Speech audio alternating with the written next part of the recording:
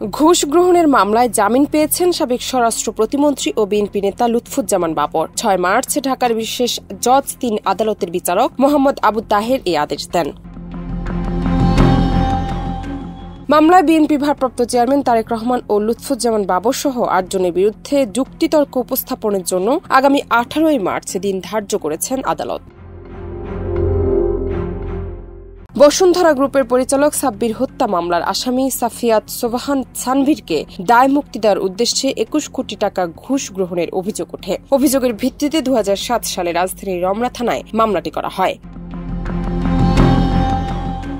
মামলায় অপর আসামিরা হলেন তারেক রহমানের তৎকালীন এপিএস মিয়া নুর উদ্দিন অপু, কাজী সালিমুল হক কামাল, আহমেদ আকবর সোবহান, সাফিয়াত সোবহান, সাদাত সোবহান ও আবু সুফিয়ান।